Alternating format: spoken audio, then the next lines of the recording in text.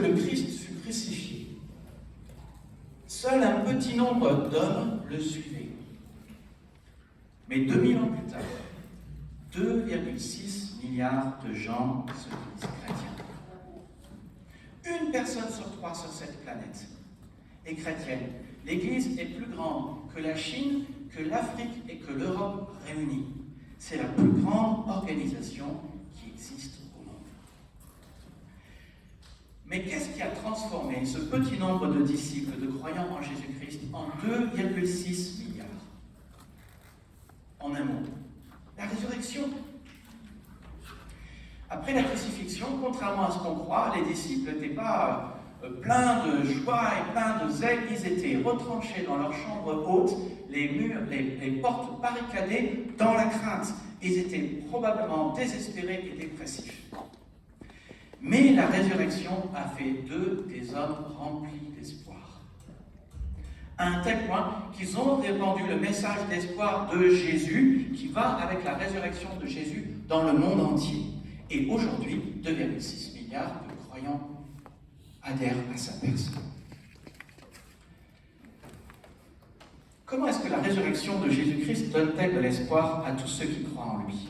Et pourquoi nous qui croyons en lui ont autant d'espoir? C'est ce que je vous propose ensemble de voir aujourd'hui. Et j'aimerais voir avec vous 6 raisons pour lesquelles la résurrection nous donne de l'espoir.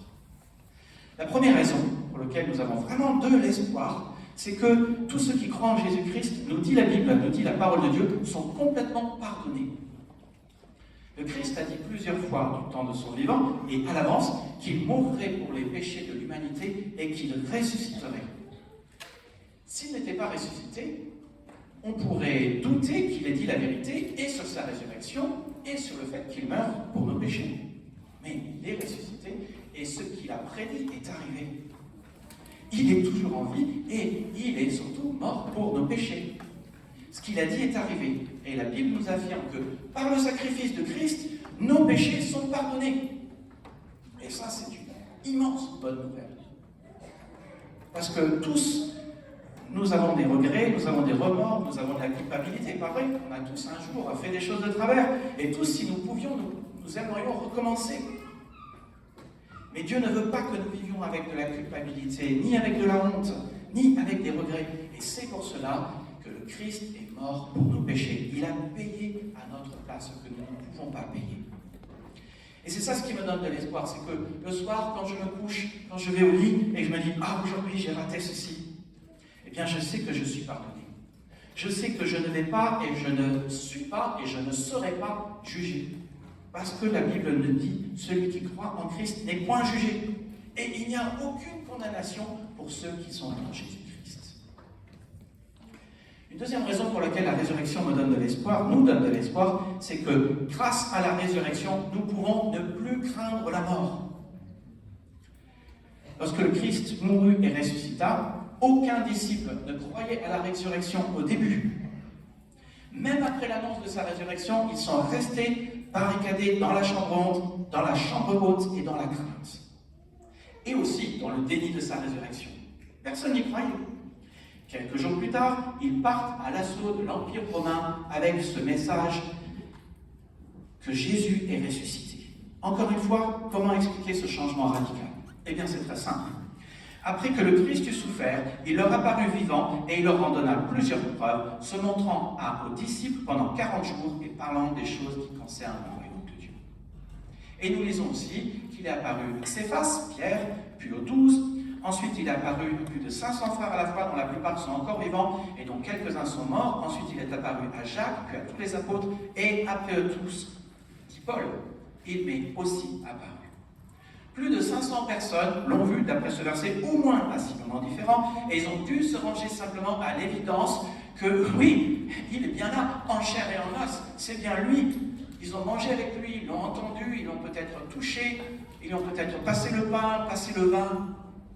Ils ont vécu avec lui. Imaginez si aujourd'hui, à Paris ou à Noisiel, vous voyiez quelqu'un qui était décédé hier. Est-ce que ça ne changerait pas votre croyance déjà sur cette personne morte? Supposons que vous voyez la reine d'Angleterre. Très improbable, n'est-ce pas? Mais supposons, Et quand, en disant à vos amis, j'ai vu la reine d'Angleterre, l'autre dise, ah oui, mais moi aussi je l'ai vue, elle était au RER et je l'ai croisée dans un salon de thé, et bien nous on l'a vue à la maison. Ça changerait votre croyance sur elle, n'est-ce pas? Est-ce que ça ne changerait pas aussi votre manière de voir la mort? Ah tiens, il y a quelque chose après la mort. Est-ce que ça ne changerait pas aussi votre vue de la vie après la mort? Je crois que oui. Jésus est ressuscité, et donc il prouve par là qu'il y a une vie après la mort. Jésus-Christ a détruit la mort et mis en évidence la vie et l'immortalité. Il a mis en évidence qu'il y a quelque chose après la mort, et la Bible nous dit qu'il a détruit la mort. Donc, nous pouvons ne plus la craindre. Et ça nous donne de l'espoir. Nous n'avons plus de raison de craindre la mort, ni de craindre, parce que lui, il a vaincu notre ennemi. Il a vaincu ce que nous avons tendance à craindre. Et lui-même a dit que si nous croyons en lui, si nous lui faisons confiance, nous pouvons être sûrs d'aller au ciel et au paradis. Si bien que oui, ce que nous avons est plus que de l'espoir, c'est de l'espérance. C'est-à-dire que nous savons, si nous croyons en Jésus, qu'il nous a promis la vie éternelle et que ça va arriver. Et nous pouvons être certains, vous pouvez être certains d'avoir cette vie éternelle et d'aller du bon côté. Troisième raison pour laquelle nous avons de l'espoir, et qui est toujours liée à la mort et à la résurrection de Jésus, c'est que Dieu ne s'arrêtera jamais de nous aimer. Dieu ne s'arrêtera jamais de nous aimer. Il dit dans sa parole, je t'aime d'un amour éternel. J'ai oublié de mentionner, mais tous les versets que je cite sont dans votre bulletin. Si vous voulez repartir ou si vous voulez les lire avec, vous pouvez. Mais il dit, je t'aime d'un amour éternel. C'est super ce verset. Dieu n'a pas attendu pour vous aimer que vous l'aimiez d'abord. Il vous a aimé en premier. Et il ne cessera jamais de vous aimer. Parce que Dieu est amour. Son amour ne dépend pas de qui vous êtes, des bonnes choses que vous avez faites ou des mauvaises choses que vous avez faites. Son amour ne dépend pas de vos mérites. Son amour ne dépend pas de si vous êtes une bonne ou une mauvaise personne. Son amour dépend de son caractère. Dieu est amour. Son caractère, c'est l'amour. Et la preuve suprême de son amour, c'est justement le fait qu'il a donné son Fils Jésus-Christ. Dieu prouve son amour envers nous en ce que Christ est mort pour nous. Et la bonne nouvelle, c'est que cet amour qu'il a prouvé il y a 2000 ans à la croix avec son Fils, il est éternel. Aujourd'hui, il t'aime de la même manière. Pas plus et pas moins. Toujours de la même manière. Et Dieu t'aime. Il aimerait que tu saches qu'il t'aime. Il aimerait que tu ressentes son amour. Parce que quand tu ressens son amour, ta vie change. Et c'est pour cela aussi que l'amour de Dieu me remplit d'espoir. Parce qu'il me rend meilleur. Je pense à une figure du Nouveau Testament que peut-être vous connaissez, qui s'appelle Saul, qui plus tard était Saint Paul. Mais Saul, d'abord, était un meurtrier. Il prenait la vie des chrétiens. Mais sur le chemin de Damas, Christ l'a coincé et lui a laissé la vie. Lui a fait grâce. Et si ça, c'est pas d'amour, je ne sais pas ce que c'est. Jésus lui dit, pourquoi me persécutes-tu? Paul persécutait l'Église. Jésus dit, pourquoi me persécutes-tu? Et l'amour de Christ a transformé Paul à un tel point qu'il était, après cela, celui qui allait porter le message d'amour du Christ auprès des gens. Il est celui qui a écrit, vous connaissez ces fameux textes qu'on entend si souvent à la télé, dans les mariages, sur l'amour. L'amour est patient, l'amour est plein de bonté, l'amour n'est pas envieux, il n'est pas jaloux, l'amour se réjouit de la vérité. Il est devenu même un spécialiste de l'amour. Vous voyez comment l'amour de Dieu peut transformer une personne. Et c'est un amour complètement différent de l'amour humain. Un amour qui est grand, long, profond, éternel. Et de la même manière que l'amour de Dieu a transformé Saul en Saint Paul, et m'a transformé, il peut aussi te transformer et te rendre toujours meilleur. Si tout le monde était animé de l'amour de Dieu, ou même on pourrait dire, si tout le monde était animé juste de beaucoup d'amour envers les autres et son prochain, nous vivrions tous en paix, il n'y aurait pas de guerre, Noisiel n'aurait aucun problème. Il y aurait tellement de choses qui changeraient. Et nos familles aussi iraient juste tellement mieux s'il y avait de l'amour et si on cherchait le bien des autres pour leur bien uniquement et de manière altruiste. Quatrième raison qui me donne beaucoup d'espoir, et qui donne beaucoup d'espoir à ceux qui croient en Jésus, c'est que tous ceux qui croient en Jésus peuvent être certains d'avoir l'Esprit de Dieu en eux. Là aussi, c'est lié à sa mort et sa résurrection. Jésus, avant de partir, a dit, il vous est avantageux que je m'en aille, parce que si je m'en vais, je vous enverrai le Consolateur, le Saint-Esprit. Je vous enverrai l'aide du Saint-Esprit. Jésus a aussi dit à ses disciples, après sa résurrection, vous recevrez une puissance, on l'a chanté tout à l'heure, vous l'avez peut-être chanté, vous recevrez une puissance, le Saint-Esprit, et vous serez mes témoins. 10 jours plus tard, à la Pentecôte, c'était fait. Chaque croyant le recevait. Après la mort de Jésus, les disciples étaient terrassés, tous morts de trouille. Barricadés dans la chambre haute, il ne fallait pas leur demander de faire quelque chose. La seule chose qu'ils pouvaient faire, c'est fermer et ouvrir la porte. Et probablement se dire que nous sommes morts de trouille. Mais par son esprit, Jésus leur a donné la force de faire tout ce qu'ils ne pouvaient pas faire par eux-mêmes. Et qu'il voulait qu'ils fassent. D'ailleurs, sans le Saint-Esprit, vous ne pouvez faire ce pourquoi vous avez été fait. Et vous ratez votre potentiel. C'est comme un aspirateur, un mixeur, une machine à laver qui sont faits pour une certaine cause, mais que vous ne branchez pas à l'électricité. Ils n'accomplissent pas leur but et leur objectif et ils ne servent à rien. Et le Saint-Esprit est cette puissance extraordinaire qui peut vous changer complètement. La Bible dit que c'est cette puissance extraordinaire dont Dieu dispose pour nous les croyants. Cette puissance est celle-là même que Dieu a manifestée avec tant de force quand il a ramené le Christ d'entre les morts.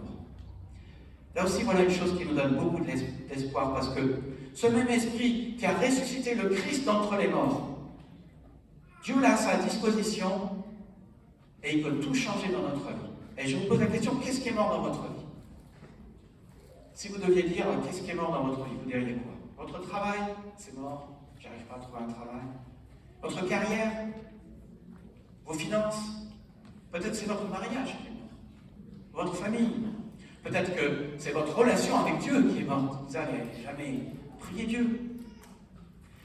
Et bien de la même manière que le Saint-Esprit a ressuscité Jésus, ce Saint-Esprit peut changer ces choses mortes dans ta vie et donner sa vie à ces choses. Le Saint-Esprit est cette puissance qui vous libérera de votre passé. C'est la puissance qui vous permettra de passer par-dessus vos blocages et vos blessures. Il vous fera changer ce que vous ne pouvez pas changer dans votre vie et il vous donnera la force de continuer. Il vous donnera une relation avec Dieu, il vous donnera de pouvoir prendre un nouveau départ avec Dieu. Et il vous donnera de ne pas être comme une machine à laver qui n'est pas branchée et qui ne sert à rien. Il vous donnera de servir à quelque chose. Vous pourrez vivre ce pourquoi vous avez été créés. Et vous pourrez vous sentir utile. Ce qui m'amène à mon 5e point. Une des raisons pour lesquelles nous avons beaucoup d'espoir, grâce à la résurrection de Jésus, grâce au Saint-Esprit qui nous est donné, c'est que nous pouvons savoir ce pourquoi nous avons été créés. Si vous ne savez pas la raison de votre existence, si vous ne connaissez pas le sens de la vie, si vous ne savez pas ce que vous avez à vivre ici-bas, alors la vie n'a pas de sens. Et la vie est quasi sans espoir. À quoi ça sert de vivre s'il n'y a pas de sens à la vie? Et je suis très sérieux.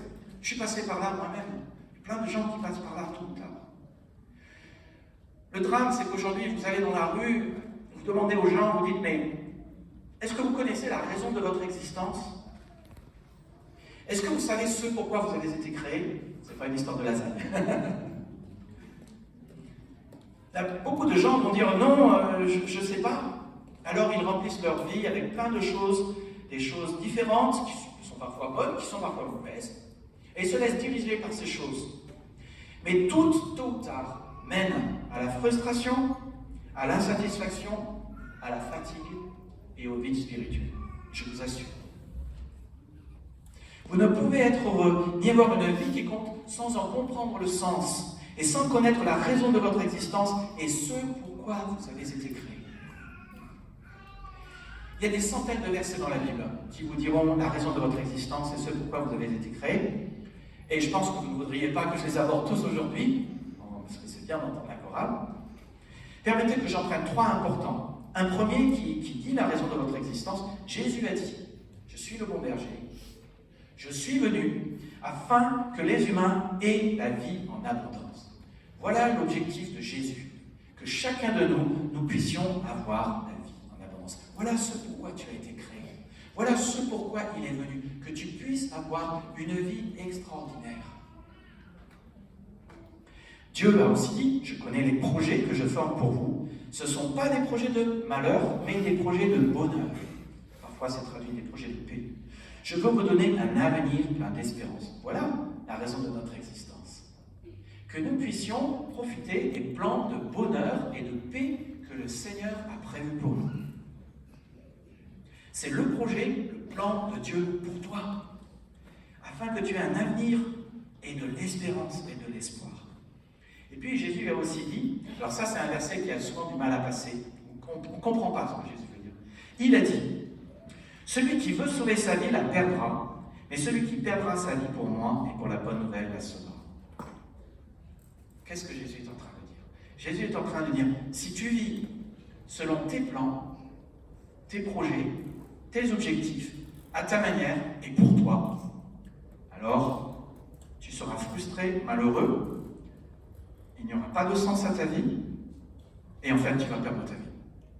Mais à l'inverse, si tu vis selon mon plan, mes projets, ma manière, pour moi, alors tu vas retrouver la vie. Dieu a une raison pour ton existence. Il a un sens à ta vie. Il a un plan. Il a un objectif pour ta vie. Il y a des choses pour lesquelles tu as été créé et qui valent la peine d'être vécues. Et c'est pourquoi je veux vous lancer cette invitation. Si vous aimeriez connaître la raison de votre existence, ce pourquoi vous avez été créé, le sens de votre vie, rejoignez-nous, si vous le voulez, à une nouvelle église, dimanche prochain à 16h. Nous sommes à l'Espace L'Oeil, 700 mètres d'ici, pour un voyage spirituel où nous découvrirons ensemble le sens de la vie pendant 40 jours. Vous vivez aux environs de 30 000 jours.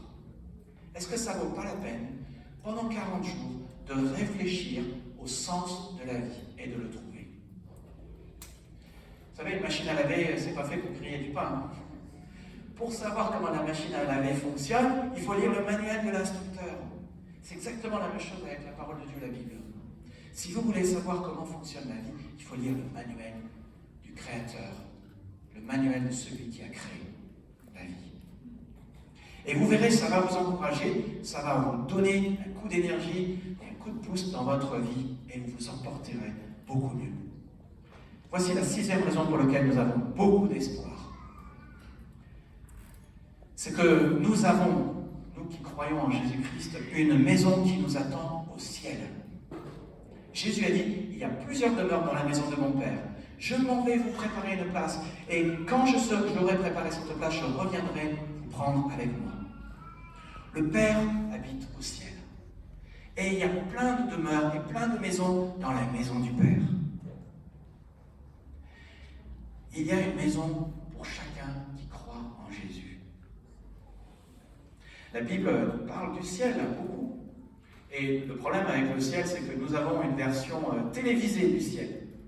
Alors la version télévisée, c'est nous avons les pieds dans les nuages, nous avons des ailes blanches, nous sommes en habit tout blanc et nous jouons de la harpe. Pourquoi Dieu qui a créé la terre avec plein de couleurs créerait-il le ciel blanc? Je ne sais pas, on peut s'interroger. Ce que nous voyons dans la Bible, c'est que le ciel est une chose inimaginable. Nous y lisons, par exemple, que Dieu essuiera toute larme, il n'y aura plus de mort, il n'y aura plus de deuil, ni de lamentation, ni de douleur. Inimaginable, pas vrai? Incroyable. Je suis pasteur maintenant depuis à peu près 25 ans, responsable d'église depuis que j'ai 20 ans. J'ai accompagné tant de personnes dans le deuil, dans la souffrance, dans la maladie, dans le divorce. Mais plus je vois la souffrance, plus je vois le deuil, plus je vois la souffrance, la maladie, la mort, les divorces, plus le ciel me paraît une bonne affaire à accepter, si je puis parler comme cela. Une destinée à ne pas refuser. Alors vraiment, ma prière pour vous, pour toi, c'est que tes péchés soient pardonnés. Que tu ne craignes plus la mort. Que tu puisses ressentir chaque jour l'amour de Dieu. Que l'Esprit de Dieu te donne de vivre ce pourquoi tu as été fait. Que tu puisses connaître la raison de ton existence, le sens de la vie, ce pourquoi tu as été fait. Et que tu sois sûr d'aller au ciel. Question, si tu mourais aujourd'hui et que tu te trouvais face à face avec Dieu et que Dieu te disait le mot de passe, tu dirais quoi? Si Dieu te disait pourquoi devrais-je te laisser rentrer au ciel, que dirais-tu? J'ai essayé de faire le bien, d'être une bonne personne? Le truc, c'est que ça ne suffit pas. Tu vois, parce que le ciel est un endroit parfait, et toi comme moi, nous ne sommes pas parfaits. Et si Dieu nous laisse rentrer alors que nous ne sommes pas parfaits dans une place qui est parfaite, la place cesse d'être parfaite. Et n'est plus le ciel. C'est la raison pour laquelle Jésus est venu il y a 2000 ans, pour payer pour notre péché, payer de sa vie notre ticket gratuit pour le ciel. Pour que tu puisses être pardonné et que tu puisses y aller. Avant la fondation du monde, Dieu savait que tu serais là aujourd'hui et qu'il aurait ton attention. Et il veut te dire, et ça c'est un résumé de tout ce qu'on trouve dans la Bible, il veut te dire, je te connais avant que tu sois né, je t'ai vu conçu dans le sein de ta mère, je sais tout de toi. Je sais le bon, le mauvais et l'horrible. Et malgré ces choses-là, je t'aime. Et mon amour ne dépend pas de simplement ce que tu as fait. Mon amour, c'est mon caractère qui fait que je t'aime. J'aimerais que tu aies ton passé pardonné. J'aimerais que tu profites de mon amour. J'aimerais que tu connaisses la raison de ton existence. J'aimerais que tu connaisses mon plan pour ta vie. J'aimerais que mon esprit te rende capable de vivre ce que j'ai prévu pour toi. J'aimerais que tu aies une place au ciel. Et j'aimerais que tu aies de l'espoir. D'où ma question à vous. Avez-vous besoin de ces choses? Avez-vous besoin d'un passé pardonné, de ne plus craindre la mort, de ressentir l'amour de Dieu? Avez-vous besoin que l'Esprit de Dieu vous donne de vivre votre destinée, ce pourquoi vous avez été fait, de connaître la raison de votre existence, d'être sûr d'aller au ciel?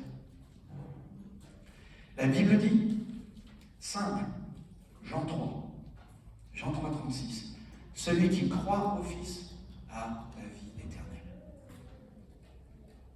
Alors croire, c'est pas tout à fait ce que beaucoup de gens entendent aujourd'hui par croire dans notre monde qui devient de plus en plus, hélas, un monde post-chrétien. On dit que je crois en Dieu, ça veut dire que Dieu existe. Non. Alors ça, c'est pas croire en Dieu. Les démons croient en Dieu aussi, en fait.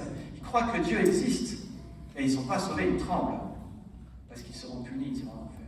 Donc croire, dans le texte, dans le grec, ça veut dire adhérer à quelqu'un. C'est du sérieux. Adhérer à quelqu'un. Adhérer à Jésus et lui faire confiance avec et pour votre vie. C'est de ça dont il est question.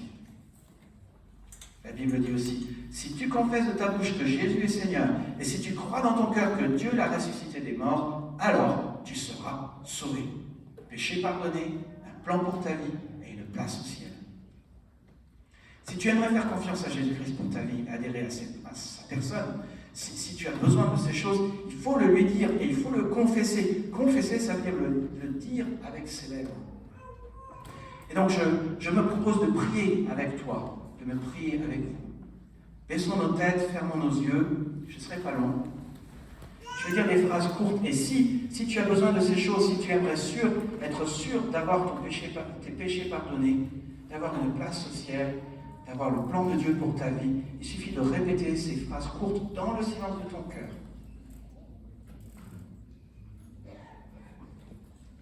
Prions. Seigneur Jésus-Christ, merci de ce que tu es mort à la croix. je te choisis comme mon Seigneur. Je choisis de te faire confiance avec ma vie et pour ma vie. Sois mon Seigneur, sois mon Sauveur. Merci pour le pardon des péchés. Merci pour ta victoire sur la mort. Merci pour ton amour éternel. Merci parce qu'il y a une raison pour mon existence. Tu as un plan. Et tu as des objectifs pour ma vie. Merci parce qu'il y a une place au ciel pour moi.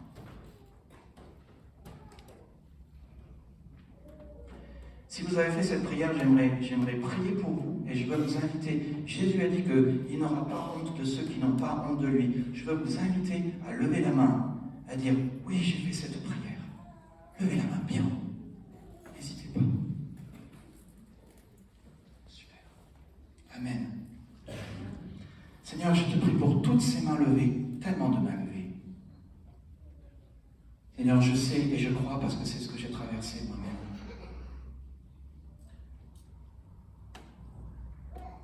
Que nous avons un vide en forme de Dieu au fond de nous. C'est ce que Pascal disait. Merci Seigneur parce que tu dis que ceux qui adhèrent à ta personne et ceux qui croient en toi et qui te font confiance avec leur vie ont leurs péchés pardonnés, ont une place au ciel. Et tu as un plan pour eux. Seigneur, je prie que tu les bénisses dans leur relation avec toi. Merci que tu n'as pas envoyé ton Fils Jésus-Christ pour que nous ayons une religion avec toi, mais pour que nous ayons une relation avec toi, que nous soyons réconciliés avec toi, que ce qui nous sépare de toi, notre péché, puisse être enlevé. Merci Seigneur, parce que c'est l'essence même de l'Évangile et c'est l'essence même de ce qu'on appelle en anglais le gospel.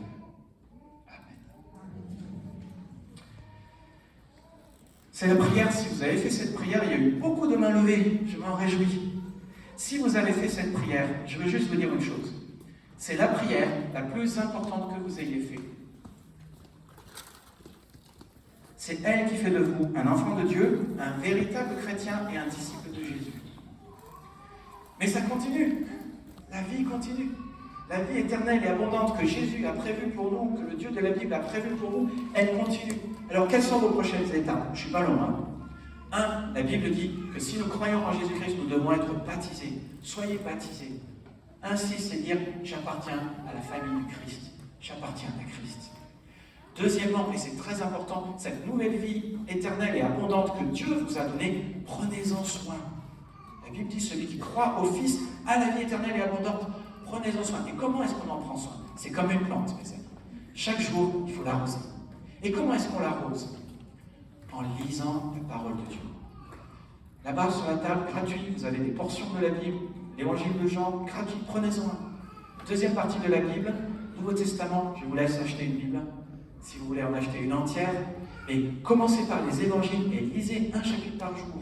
Et posez-vous chaque jour la question, qu'est-ce que j'apprends sur Dieu? Qu'est-ce que j'apprends sur les hommes? Qu'est-ce que j'apprends sur les choses à faire et pas faire? Et puis priez le Seigneur. Parlez-lui comme à un Père.